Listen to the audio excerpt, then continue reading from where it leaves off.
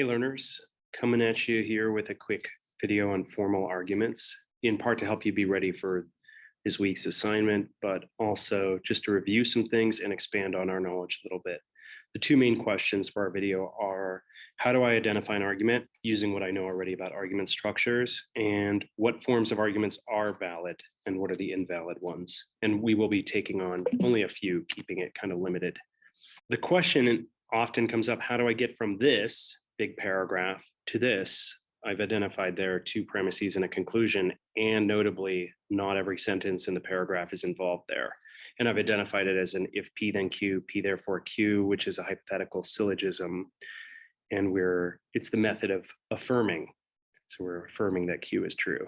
And we'll get into that in a few minutes. So first, when you're faced with a paragraph like that, you want to identify the argument you're analyzing. So figure out what the conclusion is. And in this paragraph, there are at least maybe three conclusions if you accept that there are some implied premises. They're building on one another. So I'll just identify two of them just to give you that example. There's the one and there's the other. So the first one is that first sentence. When a person puts their kids in private schools, they harm society. It's kind of a strong claim, but there you have it. The next one is that the educational system erodes as a result of something else discussed in the paragraph. That's a conclusion also. And we're going to just take on that first thing that we've come across. And to find the supporting claims, we're looking at that paragraph, seeing what is it that supports that conclusion, that when people put their kids in private schools, they harm society. And I think I found it there with the only ones who can afford it are the people whose political contribution and their buy-in to public schools, it should say, make a big difference. And if the supporting claim is the ones who can afford to put their kids in private schools are the ones whose political contribution and buy-in to public schools make the biggest difference, well, we need something to fill in the blank. There is something implicit, something implied. Remember, we've been working most frequently with hypothetical syllogisms, so I'm kind of leaning in that direction. Remember, the first thing I did was identify the conclusion. Then I looked for what was it that supports that conclusion. And yes, there's an implicit premise. There's an implied premise. And we're going to use what we know about argument structure to fill in the blank. Remember that syllogism, hypothetical syllogism structure, if P, then Q, P, therefore Q. So here's what we've got. We've got that there's this premise, it's probably an if-then statement so that we can affirm. Remember, this is the method of affirming. We're going to affirm that something is the case so that that conclusion can follow. And you may be able to fill in the blanks. You should maybe pause and think about it for a moment here. And we've got to get that hypothetical claim. If something is the case, then when a person puts their kid in private school, they harm society. And we already know about a premise. Here is the missing link. This is the hypothetical premise, that expression that is our first premise in the argument. If the only one, and this is implied, if the only ones who can afford to put their kids in private schools are the ones whose political contribution makes the biggest difference, then when a person puts their kids in private schools, they harm society. Premise two is affirming that the only ones who can put their kids in private schools are the ones whose political contribution makes the biggest difference. So when a person puts their kids in private schools, they harm society. It's affirming the antecedent. That's the thing that comes before. I wonder if you can do the same thing with the other argument. So if the conclusion is the educational system is eroding because of something here, can you get there? We're going to reveal that at the end of the video. So stick around. Big reveal. Structures of argument, and this is going to help us both in writing and identifying our own arguments. And we already know about the hypothetical syllogism that affirms by affirming the antecedent. This is technically known as modus ponens, and it looks like this. We've seen it over and over again.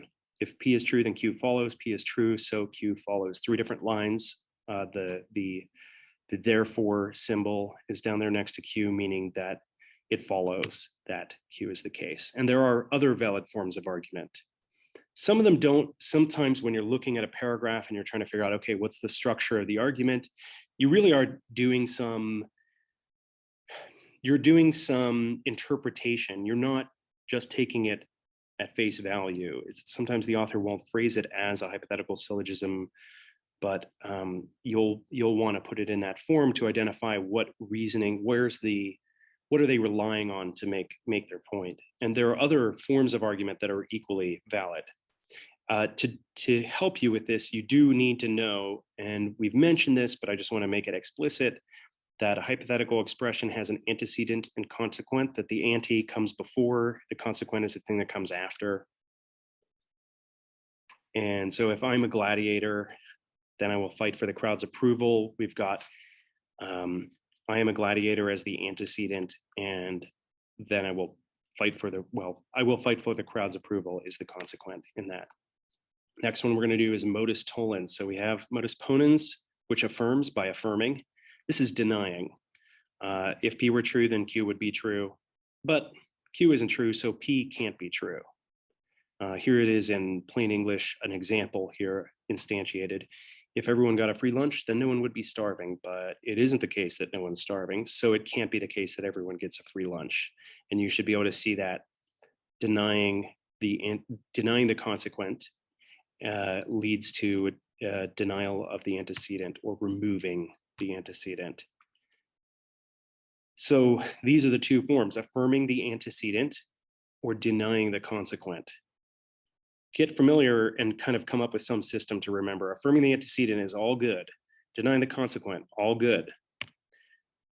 There are some evil, invalid, non-identical twins. To those, there is affirming the consequent. Remember, denying the consequent, great. Affirming the consequent, no good. Leads to things that we would recognize as circular reasoning and other problems. So if P then Q, Q is the case, so P must be true. It's not a valid inference. May sound good sometimes, not a valid inference. Same with denying the antecedent. You can't deny that because P isn't true, Q can't be true. And so pay attention. We want to double check any formal argument you submit in this class, and when you're making arguments in other classes, whether it's philosophy or political science or biology, if you're writing a paper and you're tracking your formal arguments, these are no good. There's no truth preservation here. If the premises are true, who knows if the conclusion is true? They don't preserve truth. So you don't want to use invalid forms of argument. Again, affirming the antecedent, okay. Affirming the consequent, not okay. Denying the consequent, totally fine.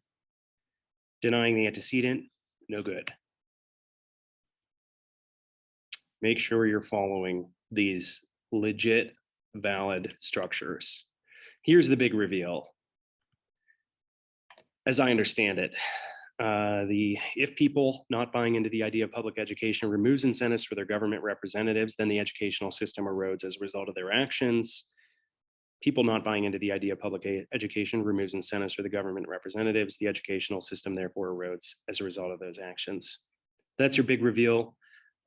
Thanks for sticking around. That's the end. Goodbye.